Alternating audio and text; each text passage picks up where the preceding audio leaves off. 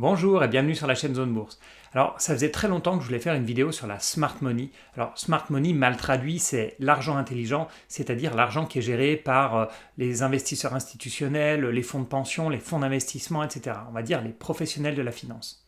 Et on oppose souvent cet argent à l'argent des investisseurs particuliers qui seraient donc moins intelligents. Et je ne sais pas si vous avez vu passer ces articles, mais il y en a eu pas mal sur ce qu'on appelle la dumb money, c'est-à-dire l'argent idiot qui viendrait d'investisseurs particuliers qui voient plus la bourse comme un casino.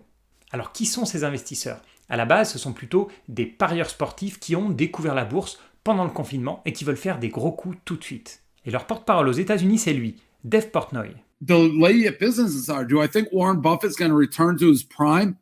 No, he's fucking 90. Guys at that age are just happy their teeth aren't falling out. C'est un blogueur qui parle surtout de sport et de pop culture et qui n'avait tradé qu'une seule action avant le confinement. Et comme toutes les compétitions sportives se sont arrêtées d'un coup, une armée de parieurs sportifs s'est jetée sur Wall Street comme solution de secours. Leur plateforme favorite, c'est Robinhood, un broker en ligne qui permet de passer des ordres gratuitement. En fait, gratuitement, c'est surtout parce que Robinhood revend le flux de ses clients aux firmes de trading haute fréquence, mais bon, ça, c'est une autre histoire. Alors, quels sont leurs titres favoris ?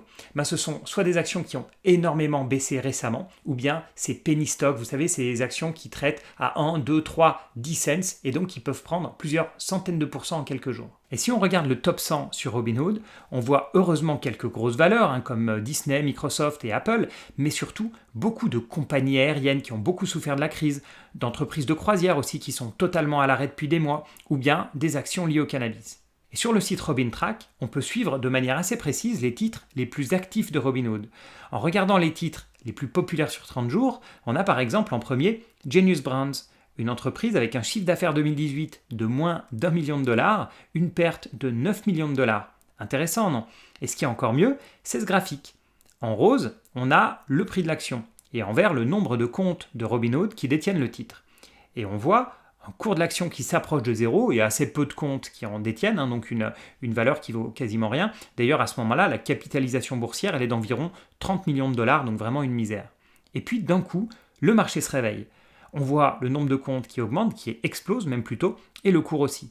Alors, pas la peine de chercher le lien de causalité, ce sont bien sûr ces milliers de comptes qui rentrent en même temps sur le titre qui font exploser la valeur. En un mois, il y a 200 000 investisseurs sur Robinhood qui ont acheté la valeur. Alors oui, il y a eu quelques nouvelles positives sur le titre, mais il n'y a rien qui justifie cette hausse. Et des actions comme ça, on en trouve plein. Celle qui est le plus intéressante, dans le top 10 des titres les plus populaires sur Robinhood, pour moi, c'est Hertz. Ça, c'est vraiment une histoire incroyable.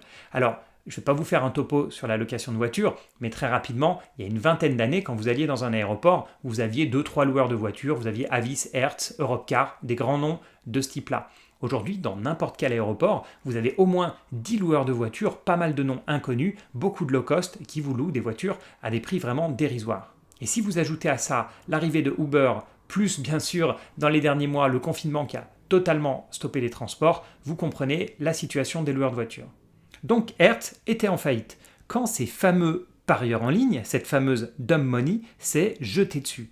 160 000 comptes, 160 000 investisseurs de Robinhood ont investi en plein processus de faillite. C'est quand même dingue. Et ils ont fait bien sûr exploser le cours. Résultat, Hertz a voulu profiter de l'aubaine pour récolter de l'argent frais grâce à une augmentation de capital, mais les autorités de marché américaines ont rapidement dit stop parce que ça allait être bien sûr un bain de sang pour les investisseurs. Bien sûr, tout ce qu'on vient de discuter, c'est exactement ce qu'il ne faut pas faire en bourse. Si vous investissez sur une boîte en quasi-faillite parce que vous avez entendu un tuyau chez le coiffeur, c'est sûr que c'est un des meilleurs moyens de perdre vos économies.